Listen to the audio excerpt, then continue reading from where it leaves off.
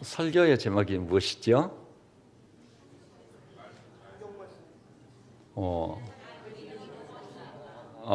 오늘 설교 제목이 당신의 삶의 동인은 무엇입니까? 좀 생소한 용어죠. 동인. 알듯 말듯한 용어입니다. 그래서 우리 우선 이 용어를 규명하고 본격적으로 말씀을 나누어서 말씀의 이 권세로 말미암아 우리가 예. 저 자꾸 여기서 뭐라고 그러셨는데 무슨 말씀이나 했더니 성경 말씀을 서로 받지 않았고 다 일어나 주십시오. 예. 오늘 김태은 우리 형제가 성경 말씀을 보지 않았다고 그렇게 지적을 해 주셔야 됩니다. 우리 요한복음 3장 16절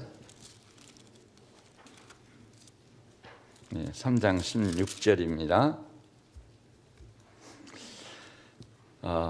너무 유명한 말씀이죠. 복음의 축소판이라고 하는데 우리 한 목소리를 같이 보십시다. 하나님이 세상을 이처럼 사랑하사 독생자를 주셨으니 이는 그를 믿는 자마다 멸망하지 않고 영생을 얻게 하려 하심이라. 그 다음에 이제 로마서 5장으로 가십시다. 로마서 5장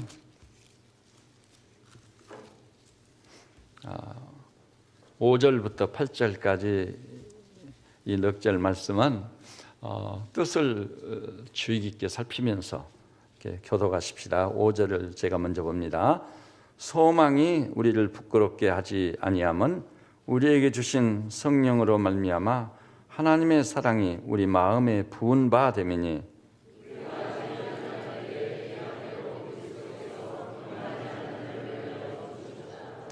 의인을 위하여 죽는 자가 쉽지 않고 선인을 위하여 용감히 죽는 자가 혹 있거니와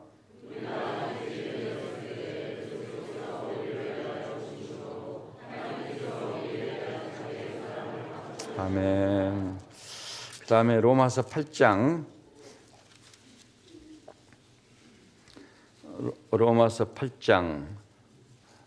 38절 39절 38절 말씀은 우리 남성들께서 합심해서 봐주시고 39절은 우리 여성들께서 또 합심해서 봐주십시오. 시작.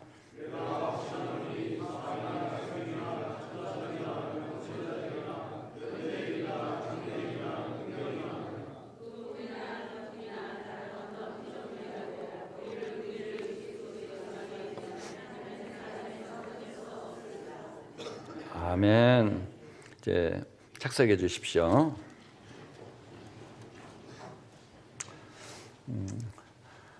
당신의 삶의 동인은 무엇입니까? 생소한 용어 동인이라는 말이 무슨 뜻일까? 그것을 하나의 예로 들어 이제 설명을 해드리겠는데 자동차 있죠? 자동차의 동인은 무엇일까? 자동차에는 바퀴도 있고 앞유리도 뒷유리도 있고 엔진도 있고 갖가지 부속품들이 있습니다. 근데 그 부속품들이 꼭 있어야 돼요. 그럼에도 불구하고 자동차의 동인은 무엇이냐 했을 때 하나밖에 없어요. 뭘 것 같아요? 기름입니다. 기름 때문에 자동차는 시동도 걸리고 기름 때문에 움직이고 달려가는 겁니다. 그래서 자동차를 움직이게 하는 것, 자동차를 하여금 신나게 질주하게 만드는 동인은 기름입니다. 그렇다면 내 인생에 있어서 나의 삶의 동인이 무엇이냐? 이것은 참으로 중차대한 문제요, 주제입니다. 나의 삶의 동인이 무엇인가에 대해서 어떻게 대답하느냐에 따라 그 인생의 운명이 결정지어지는 것입니다. 여러분 아시다시피요, 세상에 있어서 세상 사람들의 삶의 동인은 무엇이라고 보죠? 돈을 많이 버는 것입니다. 돈 때문에 돈이 동인이 돼요. 우리를 이끄는 것입니다. 또 어떤 사람은 성공지상주의, 어떻게 하든지 성공해야 되겠다. 성공이 내 인생을 이끌어갑니다. 내 삶의 동인이 되는 거예요. 또 어떤 사람은 목적을 달성하기 위해서 그 목적을 설정하고 그 목적을 달성하기 위해서 할 수 있는 한 최선을 다합니다. 그 목적이 내 인생의 동인이 되는 거예요. 거의 예외가 없습니다. 근데 슬픈 사실은 교회 안에까지도 어찌하여 삶의 동인이 불신 이웃들과 똑같이 돈이고 성공이 지상주의에 함몰된 것이죠. 그리고 목적을 달성하기 위한 것.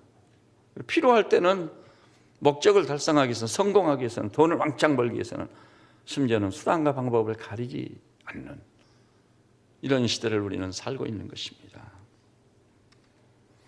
그런데요, 우리가 하나님을 알고 그리스도 안에서 구원을 받아 하나님의 자녀가 된 다음은, 구원이 분명한 경우는 존재만 달라진 게 아니에요.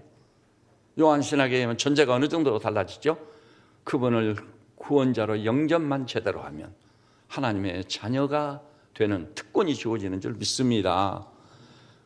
고린도후서 5장 17절 보니 그리스도 안에 분명히 뿌리를 내리면 새로운 피조물이 되는 것입니다. 그래서 하나님을 아바 아버지라 부르짖는 것입니다. 이 존재적인 변화, 이 신분의 놀라운 변화, 이것이 분명해야 돼요.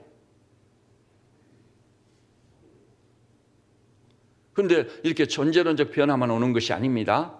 하나님의 자녀로서 새로운 피조물만 되는 것이 아닙니다. 구원이 무엇인지 분명히 알고 나면은요, 삶의 동인이 확 달라져요. 완전히 뒤집힙니다. 그 삶의 동인이 뭘까요? 바울의 말씀을 통해 우리는 그것을 분명히 깨달을 수 있어요. 사도 바울이 뭐라고 그랬죠? 복음 전하는 전도자로 사는 거, 형제자매 돌보는 거, 심지어는 복음을 증거하다가 심지어는 목숨조차 아깝게 여기지 않고 순교의 제물로 드릴 수 있는 이 모든 것이 의무감이 전혀 아니에요. 하나님이 겁이 나서 그러는 게 아니에요. 따라서 해봅시다. 그리스도의 사랑에 나를 강권하시는도다. 사도 바울의 삶은요, 삶의 전 영역에서 생각하는 것, 말하는 것, 복음을 전하는 것, 순교의 자리까지 가는 이 모든 것도 그리스도의 사랑에 떠나밀려서 그리스도의 사랑이 나를 강권하시는도다. 바로 이것이 동인인 것입니다. 그래서 오늘 같이 보니 복음의 축소판이라고 하는 요한복음 3장 16절, 그 사랑의 눈이 열리고 그 사랑을 전인적으로 경험한 거예요. 거기 보니 뭐라고 했죠? 하나님이 세상을, 시작부터가요, 예산 말이 아니에요. 하나님이란 그 존재적인 호칭과 그다음에 세상이란 것은 완전히 상반된 개념이에요. 여러분, 우리 하나님이란 어떤 분입니까? 너무 거룩하심으로 죄를 참아보지 못하시는 분이. 우리 하나님, 그분은요, 그렇게 거룩하신 분이시지만 그러면서도 자기를 낮추시고 좁히셔서 우리를 너무 사랑하시는, 그 사랑이 측량할 길이 없는 분이세요. God is love, 하나님은 사랑이십니다. 이렇게 정의할 만큼. 근데 거기에 대해서 세상은 어떤 것이죠? 여러분, 이 세상은요, 차마 눈 뜨고는 볼 수 없어요. 죄와 허물로 완전히 얼룩져 있습니다. 하나님의 시각을 가지고 보면은요, 만물보다 거짓되고 부패한 건 사람의 마음입니다. 누가 이를 알리요? 우리 인간이란 생각하는 게 죄예요. 입술의 말이 죄입니다. 삶의 현장이 죄입니다.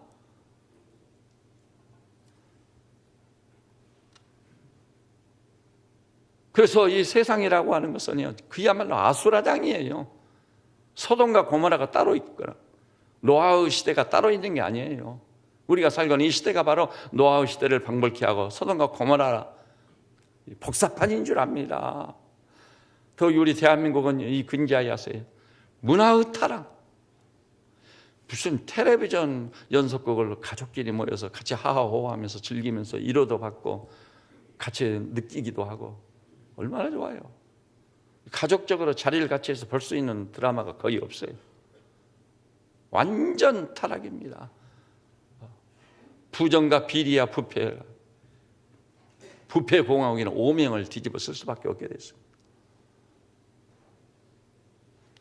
우리 대한민국, 이 세상은 어떠죠? 인간관계조차도 내가 저 사람과 가까이 하고 사귀었을 경우 내게 돌아온 분깃이 뭐냐? 전부 이해관계예요. 이해관계.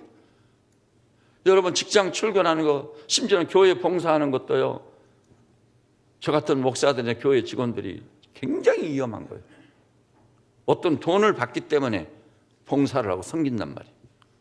아닙니다, 여러분. 그래서 여전히 돈이 내게 동인이 되어 있는 것입니다.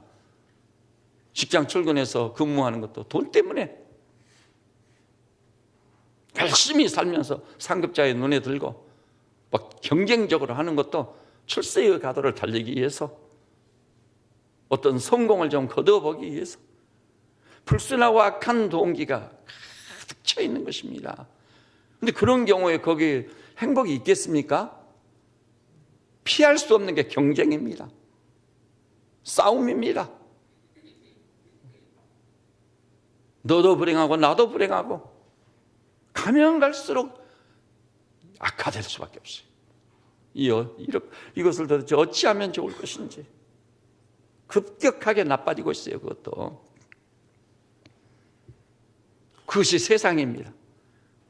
그런데 너무 놀랍게도요, 그런 세상은요 종말론적인 심판이 쏟아져야 마땅합니다. 그런데 우리 하나님께서 그런 세상을 하나님이 차마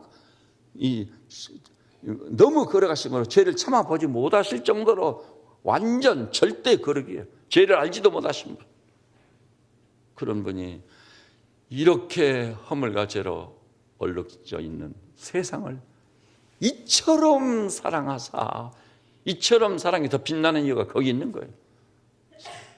그리고 이처럼의 이처럼이란 용어를 써가지고 인간에게 진로가 쏟아질 수밖에 없는 그 인간에게 지옥과 죄의 삭슨 사망의 사망과 사망을 초래하는 저 가공을 하는 죄로부터 구원하는 것, 이 사랑을 묘사하려다 보니까 이처럼 사랑하사, 그리고 이처럼이라는 내용을 그 다음에 설명해 놨어요. 뭐라고요? 이처럼 사랑하사 독생자를 주셨으니. 그래서 이는 저를 믿는 자마다 그 결과는 뭐죠? 멸망 대신 영생을 얻게 하려 하심이라. 교회 다니면서도 영생이 무엇인지를 몰라, 감격이 없어. 천하보다 귀한 영생을 얻었다고 해도 그저 맹숭맹숭해요. 하나님의 은혜로 제가 구원을 받고 복음의 눈이 열려 하나님의 자녀란 신분을 얻고 제가 구원받았다는 확증을 가졌을 때 진짜 그건 천국이었습니다. 아침에도 감사, 점심 때도 감사, 저녁 때도 감사. 아침에도 찬양, 점심 때도 찬양, 저녁 때도 찬양. 범사 감사, 항상 기쁨. 그때요, 저는 돈이 하나도 없는데 그랬습니다.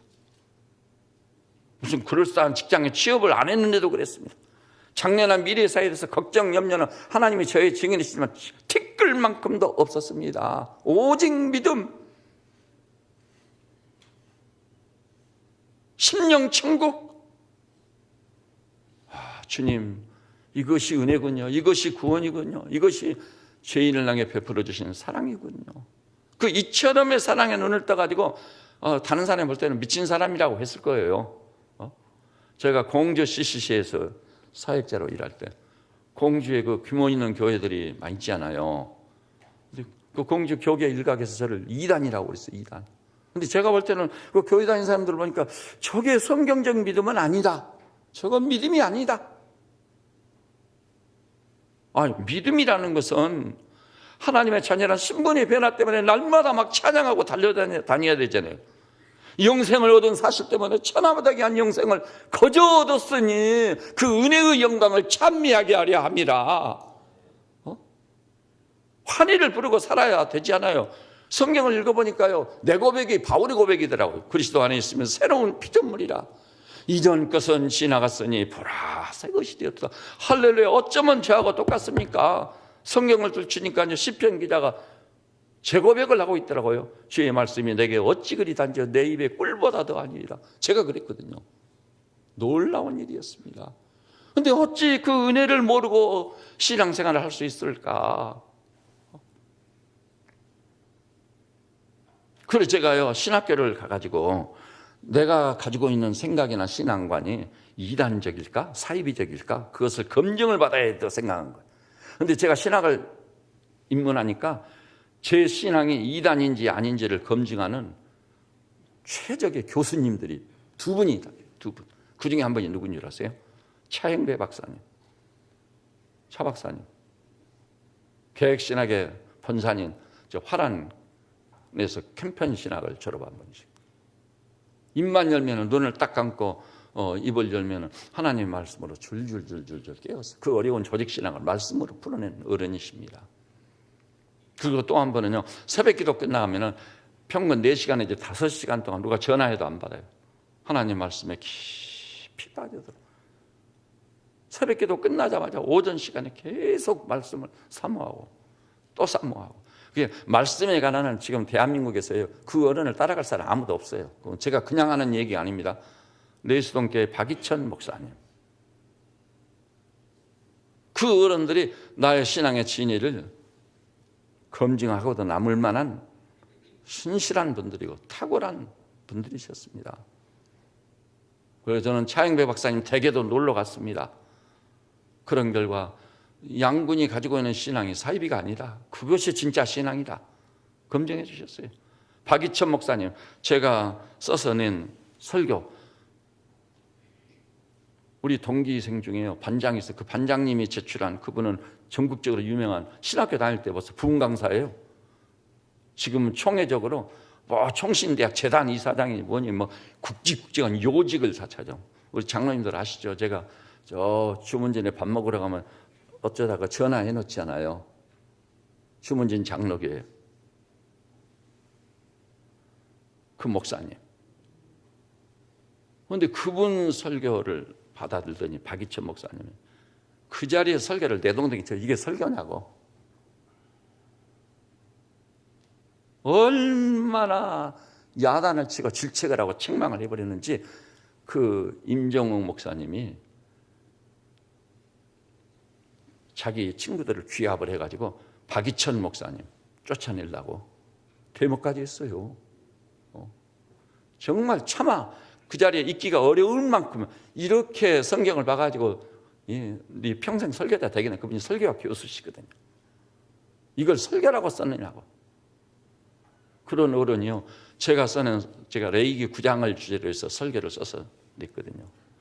그런데 이렇게 나오시더라고. 어제 저녁에 이분이 쓴 설교문을 제가 읽으면서 무릎을 탁 쳤습니다. 아주 극찬을 하시더라고요. 극찬을 하셨어요. 그래가지고 갑자기 그 설교학 시간에 스타가 돼버렸습니다.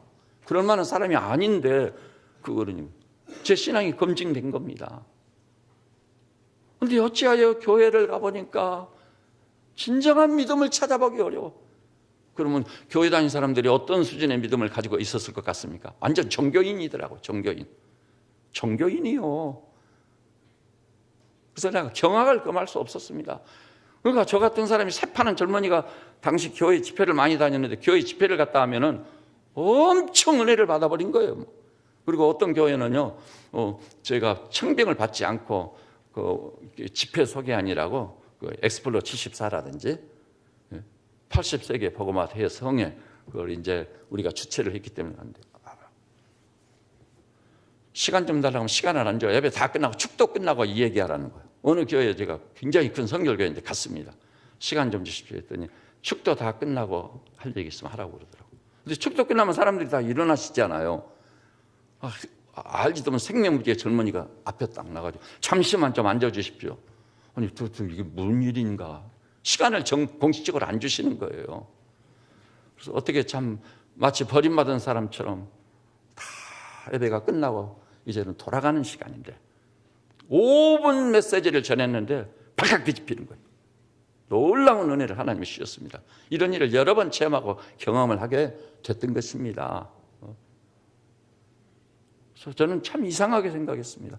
저분들이 신학도 있을 테고 또 교회에서 말씀의 연단과 훈련도 받았을 텐데 어찌하여 종교인으로 남아있단 말인가. 주님이 제일 싫어하는 부류가 누구였죠? 종교인입니다. 너희 바리새인들아, 너희 서기관들아, 화 있을진저. 세례 요한도요 이렇게 말했잖아요. 이 세례 요한이 그 당시 종교인들을 꾸짖고 책망한 것은요, 인상적인 것을 넘어서서 두렵기까지 합니다. 이 독사의 자식들아, 누가 너희들을 아브라함의 자손이라 하더냐. 우리가 정말 정신 차리고 종교인의 탈을 벗어서 진정한 의미에서 하나님의 사람들, 그리스도인들로 거듭나는 놀라운 역사가 있어야 될 줄로 믿습니다. 그럴 때 이게 복음이고 이게 놀라운 거. 하나님의 사랑의 눈이 열리는 거예요. 멸망 대신 영생을 얻게 되는 이 환희와 감격, 그것을 전인적으로 느끼고 체험하고 경험하게 되거든요. 그때 너무나 놀라운 겁니다. 그 오늘 로마서 5장 보니까 이렇게도 말씀했어요. 성령으로 말미암아 너희에게 사랑이 부음받았다. 여러분, 이 부음받아 POUR 이 말이 무슨 말이냐면은 바켓으로 물을 떠다가 한 번에 부어버리는 거예요. 단번에 부어버려요. 완전히 그 물을 뒤집어 쓰는 것이죠. 온몸이 다 젖어버리는 것이죠. 그런데 성령으로 말미암아 우리에게 이 측량할 수 없는 하나님의 사랑이 부음받은 줄로 믿으시기를 바랍니다. 그건요, 성령님이 우리 눈을 열어서 보여주실 때만 볼 수 있는 겁니다. 이게 그러기 전에는 학구적인 신학적인 탕구 정신과 택도 없습니다. 성령님이 우리 눈을 열어 주의 법의 기이함을 보게 하소서. 그때 이처럼의 사랑의 눈이 열리는 순간 우리는 사랑의 포로자가 되어버리는 거예요. 그때 비로소 이처럼의 사랑이 어떤 것이라는 것을 비로소 알게 되는 거예요. 그 수준에 올라가 그것을 누리게 되는 거예요.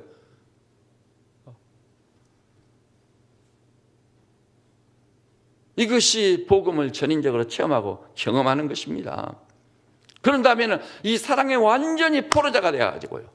바울은 그 뒤에 그 문맥의 결론 부분이 로마서 8장에서 뭐라고 그랬죠? 내가 확신하노니 사망이나 생명이나 능력이나 높음이나 천사들이나 권세자들이나 그 어떤 것도 우리를 그리스도 예수 안에 있는 하나님의 사랑에서 끊을 수 없으리라. 한번 따라서 해봅시다. 끊을 수 없는 하나님의 사랑. 이 사랑을 봐버려야 됩니다. 이 사랑을 봐버려야 돼요. 그래서 하나님이 우리를 이처럼 사랑해서 이미 독생자를 내주셨기 때문에 눈으로 본 바입니다. 귀로 들은 바입니다. 나를 쳐서 굴복시켜 주의 앞에 엎드러져 가지고 성령님이시여 나의 눈을 열어 이처럼의 사랑을 보게 하여 주십시오. 그래서 이 사랑의 포로자가 되게 해주십시오.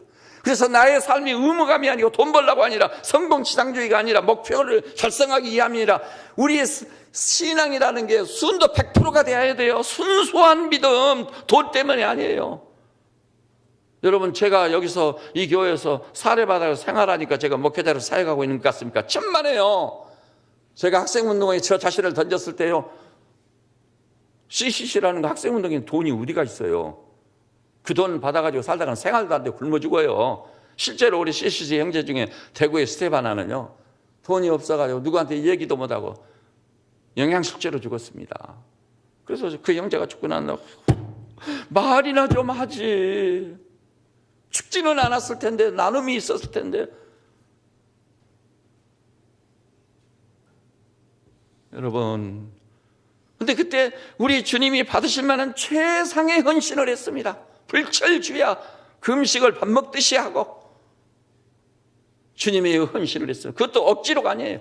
사랑의 강건을 받으니까 기쁨이 충만하고 감사가 넘쳐가지고 할렐루야를 부르면서 독감 때문에 알아 누워가지고 있는데도 어느 교회에서 와서 집회를 인도해달라고 하면 독감이 실제로 나았습니다. 실제로 독감에서 벗어나고 기쁨이 충만하면 독감이 사라져버리더라고요.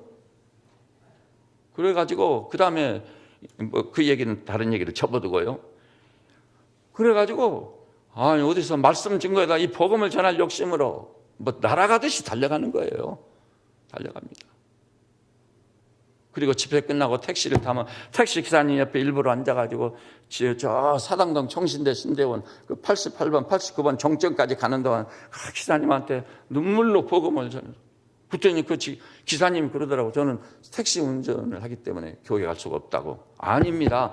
손님 태고 다니다가 11시쯤 다시 시작하니까 교회 가까이 오면 그때 손님을 받지 말고 교회 가서 예배 드리고 시작하시라고. 그렇게 하겠다고 그랬습니다. 그리고 제가 내리는데 창문을 열고 나와서 그 어른이요, 새파란 젊은이한테 허리를 90도로 꺾어서 고맙습니다 인사하시더라고요. 여러분, 무엇으로 세상 사람을 감동시킬 수 있겠습니까? 무엇으로 세상 사람이 90도로 허리를 꺾게 만들겠습니까? 우리가 전하는 복음과 이 사랑밖에 없는 줄 아시기를 주님의 이름으로 축복합니다. 여러분, 그 다음부터는요, 우리는 그리스도 사랑이 나를 떠다미는 의무감이나 돈 벌라고 목적 달성, 이해관계 그게 다 떠나서 주님의 사랑에 떠다밀려 살기를 시작하는 거예요. 그 길만이 내가 사는 길이고, 가정을 진짜 세우는 길이고, 교회를 세우는 길이고, 우리 조국과 민족에 대한 최고의 애국 애족입니다. 무슨요? 경제, 정치 분야에서 애국 애족이요? 아닙니다. 저는 여기 나오신 우리 믿음의 형제 자매들께서 지금까지는 어떻게 살아오셨던 하나님이 은혜로 열어주신 2016년 이 새해를 맞이해서 복음의 축소판인 요한복음 3장 16절과 성령으로 말미암아 부음받은 사랑을 말씀하고 있는 이 로마서 5장과 내가 확신하노니 끊을 수 없는 하나님의 사랑, 이것을 듣지 못해서 오늘 들었다면 이거 피할 수 없습니다. 완전히 그 사랑에 사로잡혀가지고 그게 잘 안 되면은요, 성령님께 금식이라도 하면서 기도하셔요. 그래서 완전히 그 성령에 사로잡혀서 그 사랑에 사로잡혀서 그 사랑의 파장을 일으키는 사랑의 사도들로 존재하시고 사시기를 주님의 이름으로 축복합니다. 그때 여러분은 진정한 기쁨과 한혜를 맛볼 것입니다. 이것이 신앙생활이로구나. 여러분, 근자예요. 우리나라를 강타한 한 분을 소개하고 싶어요. 충남대학교 화학과 교수 이계호. 의사들도 그분 앞에서 꼼짝 못하지 않아요. 우리 인체의 건강을 다루는 문제를 놓고는 이계호 교수를 능가할 사람은 아직 없는 것으로 판단됩니다. 이게 제 평가가 아니에요. 최근에 들어보니까 그 이계호 교수가 세미나 한다고 하면 제주도서까지 비행기 타고 날아온다대요. 근데 그 이계호 교수가 어떻게 해서 오늘이 있게 됐을까요? 사랑하는 따님이 23살에 유방암으로 부름받아 갔습니다. 그 따님을 잃고 그 아비의 심정을 가지고 이미 따님은 부름받아 가버렸으면 내가 어떻게 할 건가? 내가 어떤 분야에서 내 인생을 엮어갈 건가? 결정 내렸습니다. 사랑하는 딸은 먼저 보냈지만 남은 이웃들 건강을 내가 책임져야 되겠다. 이웃의 건강을 위해서 내 일생을 바쳐. 그래서 미국에 가서 바로 그 분야를 전공했잖아요. 그 분야를 전공하고 돌아왔어 지금. 그러니까 이계호 교수를 능가할 사람이 아무도 없어요. 네. 무엇이 이계호 교수라면 전공도 바꾸게 만들어 본 거죠. 무엇으로 그 일생을 그 분야에 투신하게 만들 거죠?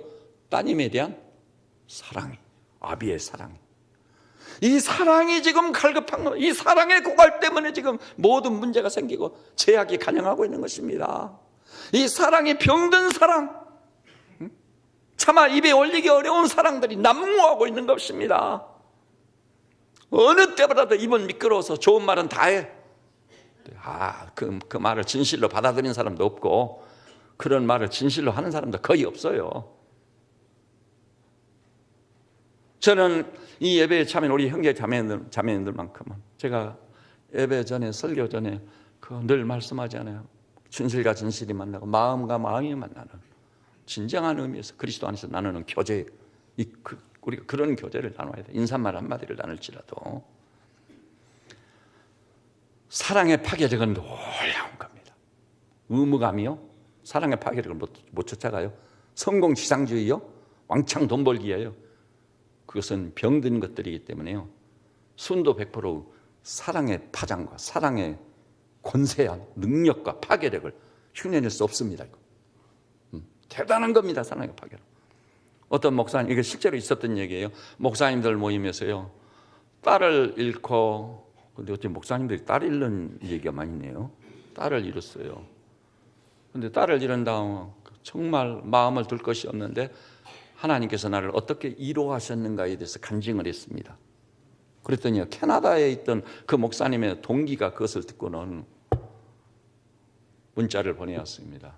여보게, 나도 내 사랑하는 딸을 먼저 보냈노라.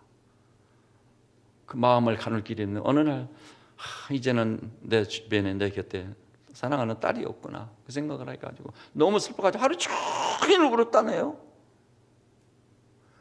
하루 종일 울었는데 그 다음 날도 울었어요. 그 다음 날도 울었어요. 그 다음 날도 7일을 울고 있는데 마음속에서 주님의 음성이 들려오는 거예요. 김 목사야, 이제야 알겠느냐? 아니 주님, 무엇을 알겠느냐고 물으십니까? 그랬더니 나도 내 아들을 십자가에 내주었느니라. 네가 이것을 알겠느냐? 그때 하나님이 허물과제로 얼룩진 나를 이렇게 사랑해서 독생자를 십자가에 내어주시기까지. 그래서 그 십자가에 달리셨을 때 3시간 동안 세상이 깜깜해졌어요. 아들 되신 예수님께까지 외면하신 성부 하나님, 김 목사야, 아들을 십자가에 내어준 나를 알겠느냐? 그때 하나님의 사랑이 멸해되어 버렸어요. 그렇군요 주님, 이제야 알겠습니다. 하나님께도요 감정적 정황이 있음을 알았어요. 우리 인간의 정서나 감정을 지은 분이 누구시죠? 하나님이십니다. 슬퍼할 때 슬퍼하고 기뻐할 때 기뻐하고 그런 감정적 정황이 하나님이 지으셔서 우리에게 있는 것입니다. 그래서 성령을 슬프게 하지 말란 말도 있어요. 성령을 근심시키지 말란 말도 있어요. 감정적 정황이 있으신 분이에요. 그분이 아드님을 십자가에 내어주시고 얼마나 가슴이 아팠으면 3시간 동안 세상에 흑암이 임해버렸겠습니까? 그리고 십자가에 달리신 우리 주님께서는 나의 하나님, 나의 하나님, 어찌하여 나를 버리십니까? 여러분, 그 사랑의 눈을 뜰 때 비로소 존재할 만한 가치가 있는 하나님의 사람이 되는 것입니다. 이것을 구속의 사랑이라고도, 십자가의 사랑이라고도 합니다. 바울이 어떻게 해서 그리스도의 사랑에 강권을 받는 삶을 살았겠지요? 십자가 외에는 자랑할 것이 없을 정도로 십자가의 사랑을 깨달았기, 그것을 봤기 때문에. 근데 만일이요, 이처럼의 사랑을 깨닫지 못하고 보지 못했다면 아직 은혜 받지 못한 겁니다. 속아서는 안 돼요. 내가 속고 있는 것입니다. 이 구속의 사랑, 이 십자가의 사랑에 눈을 떠야만 비로소 은혜 받은 거예요. 그 은혜 받은 것이 뭐라는 걸 체험적으로 알게 되는 거예요. 그리고 난 다음 이 사랑이 우리 삶의 동인이 되는 겁니다. 동인. 자동차가요, 기름 없이는 시동도 안 걸려요. 한 발짝도 가지 못해요. 그것처럼 이처럼의 사랑에 눈을 뜰 때만 이 사랑이 나를 움직이게 만들고 이 사랑이 나를 떠다밀어서 기쁨을 이기게 돼 감사함으로 새벽같이 출근하는 것도 육신적으로 조금 힘들지 몰라도 기쁨을 이기게 돼 감사함으로 이 하나님의 사랑의 포로자가 돼서 가는 거예요. 사랑의 강권을 받아 가는 거예요. 여러분, 저는 평생 설교자로 살고 있습니다. 이게요, 쉬운 일이 아닙니다. 성경을 읽고 그 성경이 복음이라고, 하나님 말씀이라고 외치는 자의 소리로 존재한다는 게 쉬운 일이 아니에요. 그런데요, 설교할 때마다 그 성경이나 제가 외칠 말씀이요, 내게 복음이 되지 아니하는데 내가 복음이라고 하지 않아요? 그러면 나는 사기 행위를 하는 거다. 사기꾼이잖아요. 종교 사기꾼. 때문에 내가 어떤 말씀을 전파할 때는요, 그 말씀이 내게 진짜 복음인지 아닌지 그걸 확인하고 말씀을 전하는 겁니다. 그래서 이 사랑이 동인이 될 때는 사람 마음을 움직일 수 있는 거예요. 사람 마음에 감동을 안겨줄 수 있는 거예요. 옛사람이 변해 새 사람이 되는 변화를 이끌어낼 수 있는 거예요. 그 사랑의 동인이 될 때 그 삶의 결과 열매는 놀라운 것입니다. 여러분, 로마를 기독교가 어떻게 점령한 줄 아세요? 세계 최강의 대제국 로마. 제가 늘 말씀드리죠. 로마는 엄밀한 의미에서요, 2350년간 존속한 나라. 동로마, 서로마, 비잔틴 제국. 하지만은 이 BC 750년경에 로마가 시작되어 가지고 1453년에 이스탄불이 함락됐거든요. 그런데 어떻게 해서 그 대로마 제국, 로마 제국 안에는 황제 숭배도 있고 정치, 경제, 로마의 웅변과 수사학과, 로마의 문화와 그 다음에 로마 제국 안에 판도 안에는 그 수많은 것들이 있죠. 우상, 잡신을 섬기는 종교들. 기독교는 거기 가면은 살아남을 수가 없어요. 완전히 다른 거예요. 기독교는 가가지고 나 위에 다른 신을 섬기지 말라. 나 위에 하늘에 있는 땅에 있는 거나 땅 속에 있는 우상을 만들지 말라. 다른 이로서는 구원을 얻을 수 없는 천하인간의 구원을 얻을 만한 다른 이름을 예수님 외에는 주신 일이 없음이니라. 유일의 길과 진리와 생명이 예수라는데 다른 중에 공존 자체가 불가능한 거예요. 그러니까 가는 곳마다 기독교를 완전히 박멸하려고 하는 거예요. 박멸합니다. 그런 상황 속에서 로마 제국을 예수님이 승천하신 후 290년 만에 화살 한번 날리냐, 칼 한번 뽑아보냐고 복음과 사랑으로 점령한 거 아시기를 바랍니다. 이 복음과 사랑에 엄청난 파괴력, 능력이 있는 거예요. 로마 제국도 점령해버리는 겁니다. 우리나라가 살 길도 이 길밖에 없어요.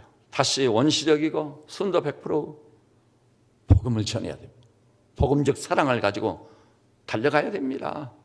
이 사랑 앞에 마침내 굴복하게 되는 거예요. 2016년 새해를 맞이해서 바로 지금부터, 오늘부터, 이 시간부터 여러분 목장에서 사역하실 때, 팀별로 사역하실 때, 화장실을 쓸 때 꼭 그거를 쓰는 사람이에요. 우리 온 교우들이 지상천국을 방불케 하도록 합시다. 여러분, 그리스도 사랑에 떠다 밀려가지고 내가 이번 주일 가면 이 일로에서는 제일 굳다고 할 수 있는 화장실 청소좀 내가 한번 해봐야 되겠다.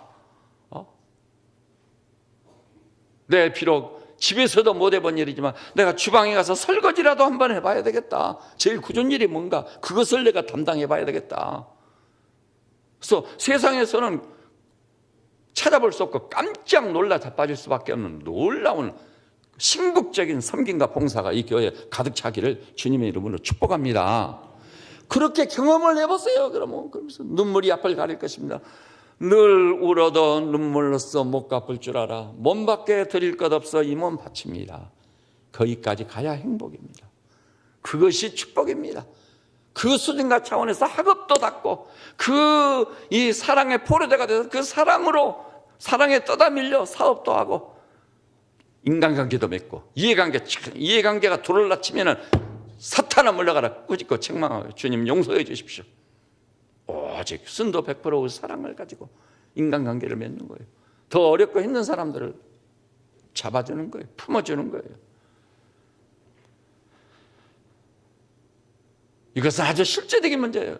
여러분의 생각이나 입의 말이나 여러분의 신앙생활 전 영역이 획기적으로, 혁명적으로 뒤집어져는 놀라운 역사의 주역들이 반드시 되시기를 우리 주님의 이름으로 축복합니다. 여기서 오늘 좀 시간이 가기는 값습니다만은 그래도 아직은 12시간 못했어요. 제가 한 분을 소개하고 이 설교를 마치고자 합니다. 정말 제가 이걸 읽고 너무 은혜를 많이 받았습니다.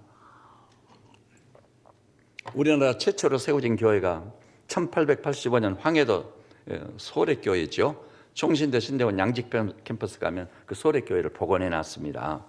근데 거기에 1891년 교회가 세운 지 6년 만에 미국 선교자 소알론 박사라고 들은 분들이 있으실 거예요. 이 두 네 분이 거기서 선교를 시작했습니다. 전도를 하기 위해서 전략을 세우는데 그 지역의 모든 유지들을 모아가지고 마음껏 즐길 수 있도록 대접하기로 했어요. 그런데 한국인들이 즐기는 식사를 알아야지요. 모르다 보니까 전직 중앙정부에서요 대감을 지낸, 그러니까 정경 부인이죠. 그 부인이니까 정경 부인을, 이름이 안성은 씨예요. 안성은 씨, 정경 부인입니다. 그리고 묘지에 가면 비명이 있잖아요. 정경 부인 혹은 정부인, 숙부인 뭐 있지 않아요? 정경 부인 안성은 씨에게 특별히 부탁을 해가지고 한국인들이 즐길 수 있는 요리를 준비하게 했습니다. 그리고 이제 밥을 풀라는데 한국인들 가정을 전도를 해서 방문해 보니까 집집마다 다 있는 게 있거든요. 요강이 요강. 아, 저 요강이 굉장히 귀한 그릇인가 보다. 그렇게 생각을 했어요. 잘 이해를 못 해가지고. 그래서 요강을 여러 집에서 빌려다가 잘 씻어가지고 거기다 하얀 쌀밥을 가득 채워서 내놨어요. 그랬더니 유지들이 와가지고 거기 밥이 가득 차 있는 걸 경악을 금했어요. 그래서 눈치를 살살 보면서 이 먹는 신용만 하고 돌아가 버렸습니다. 근데 그 선교사 네 분이 그 한국의 그 여러 유지들을 초청해가지고 그들을 정성껏 사랑으로 맞이하고 접대하고, 이것을 보면서 안성은 씨가 굉장한 감동을 받았어요. 저렇게 잘 살고 저렇게 품이 있고 저렇게 공부를 많이 한 사람들이 어떻게 항해도까지 와가지고 자기 고국을 떠나 친지들을 다 뒤로 하고 저렇게 사랑의 봉사를 하고 있단 말인가. 그때 우리나라는요 그야말로 사는 게 말이 아니었어요. 말이 아니었어요. 기가 막혀요. 그 시대의 책을 읽어보느라면 아니면 어찌하여 우리 조상들이 이때 이렇게 살았단 말인가 한스러워요. 한스러워. 근데 그런 사람들을 이렇게 끌어안고 깜짝 놀란 거예요. 그래가지고 이 안성은 씨가 정경부인인데 나도 저 사람들이 믿는 하나님을 믿으면 저렇게 될 수 있을까? 그래서 신앙생활을 시작을 한 거예요. 신앙생활을 시작하니까 전직 대감, 남편이죠. 어떻게 핍박을 하는지 그래도 물러서야 되고 포기하지 않고 신앙생활에 매진을 했습니다. 그런 결과 마침내 하나님의 은혜로 안성은 씨가요 하나님의 사랑에 눈을 떠버린 거예요. 허물과 죄로 얼룩진 나 같은 죄인을 하나님이 구원하시겠다고 아들까지 십자가에 내어주시다니 이럴 수가 이게 진실로 믿어진 거죠. 그래가지고 완전히 인생이 뒤집어졌습니다. 그래가지고 이 사랑과 이 복음을 전하기 위해서 항해도 일대를 돌아다녔는데 그래서 그분 별명이 뭔 줄 아세요? 그분 별명이요 전도부인이에요. 전도부인. 그 엄청난 필밥을 듣고 전도부인이란 별명을 얻을 만큼 사랑의 사도가 돼버린 겁니다. 그래서 선물로 받은 자녀들도 그 사랑으로 길렀어요. 그 사랑. 사랑 위에는 없어. 전도하러 다니면서 전도부인이라는 호칭을 별칭을 받은 이유가 그거예요.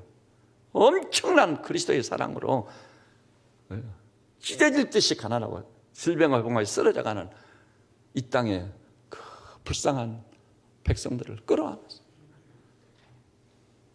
그런데요, 이 사랑의 위력과 파괴력은 놀라운 겁니다. 그분이 자녀들을 꽤 많이 뒀어요. 근데 큰아들은요 최초 장로가 됐어요. 대한민국 1호 장로입니다. 큰딸은요 3.1 운동 후 애국 부인회를 조직해서 책임자가 됐습니다.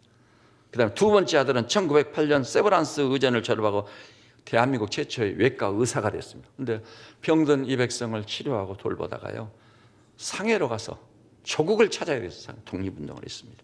그 다음에 둘째 딸은 의사와 결혼했습니다.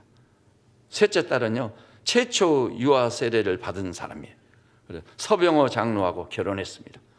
그 다음에 넷째 딸은요 정신여학교를 졸업하고 여러분 아시죠? 김구 선생과 레벨이 같은 누구지요? 아세요? 이승만, 김구. 그 다음에는 누구를 쓰죠? 김규식 박사입니다. 김규식 박사의 부인이 됐습니다. 다섯째 따님은 의사가 되어가지고요 최영록 박사와 결혼했습니다. 그리고 모교인 지금 잠실 있죠 정신여학교 교장의 자리에 올랐습니다. 연동교회 최초의 권사가 된 어른이십니다. 자식들에 대한 그리스도의 심장을 가지고 사랑한 사랑이 이런 열매를 맺은 거예요. 이런 결과를 맺은 거예요. 왜 지금은 쓸만한 일꾼이 없는 겁니까? 왜 이 시대를 책임질 일꾼이 없는 겁니까? 여호수아 갈렙을 노래하는데 왜 이 시대에 여호수아 갈렙은 없는 겁니까? 왜 다니엘은 없는 겁니까? 오직 성공하는 자녀들 되라고 목적을 이룬 자녀들 되라고 거기에 행복이 있는 것으로 착각하고 아니올시다. 여러분 2016년 새해를 열으신 우리 주님을 생각할 때 오늘 이 말씀을 피할 수 있었으면 좋으련만 아니 좋을 하나도 없어요. 그게 저주예요. 저주. 이 말씀을 받았으니 저와 온 교우들께서 바로 이 시간부로 돈 때문이 아니라 성공 때문이 아니라 목적을 달성하게 하며 인간관계도 내게 무슨 유익이 돌아올까 그것 때문이 아니라 오직 순도 100%의 믿음을 가지고 사랑에 결박되어 사랑의 파장을 일으키는 사랑의 사들로 그리스도 사랑에 떠다밀려 사는 우리 성도들 되시기를 주님의 이름으로 축복합니다. 기도합시다. 주님, 어찌하여 시대는 이렇게 혼란스럽고 문제가 많고 다 사람들이 몇십 년 전과 비교해 볼 때는 비교할 수 없을 만큼 잘 사는 나라라는데도 왜 이렇게 불행의 극치를 달리고 있는 것입니까? 주여, 우리는 방향을 잘못 설정했습니다. 복음을 잘못 이해했습니다. 이제 여기 있는 종들은 일심으로 소리 높여 부르짖고 기도하며 성령으로 말미암아 부음받은 이처럼의 사랑을 깨닫고 이처럼의 사랑의 포로자가 되기를 원합니다. 그래야 남은 여생 그리스도 사랑에 떠다밀려 사는 종들 되게 하여 주시옵소서. 사랑의 파장을 일으키는 사랑의 사도들 되게 하여 주시옵소서. 한 영혼을 천하보다 귀하게 여겨 그리스도의 심장으로 지극히 사랑하여 100번이라도 섬겨 그 영혼을 얻는 놀라운 열매와 역사가 있게 하여 주시고, 그것이 시작이 돼요. 이 교회가 천국을 왕복케 하는 사랑의 성김과 봉사가 차고 넘치는, 우리 소속되어 있는 가정들이, 자녀들이 이렇게 놀랍게 사랑의 영광로에서 달구어진 위대한 이 시대에 하나님의 종들 되게 하여 주시옵소서. 예수님의 이름으로 기도드립니다. 아멘.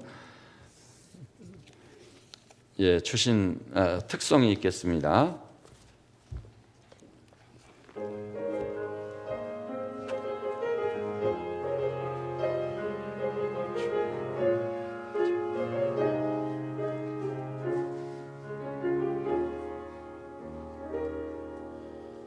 볼지어다 내가 문 밖에 서서 두드리노니,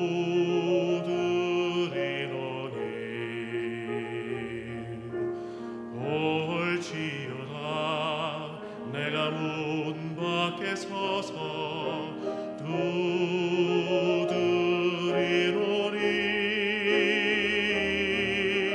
누구든지 내 음성 듣고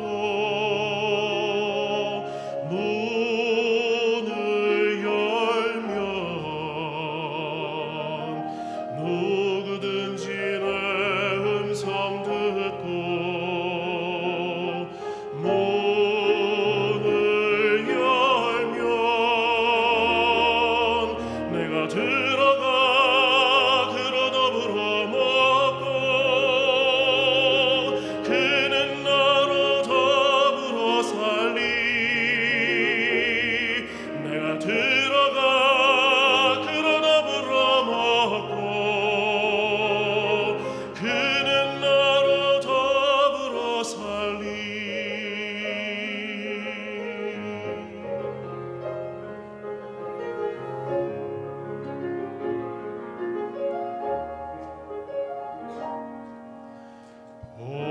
볼지어다 그의 음성을 듣고 만문 열라. 볼지어다 그의 음성을 듣고 만문 열라. 주의 크신 사랑을 믿고 문을 열면, 주의 크신 사랑을 믿고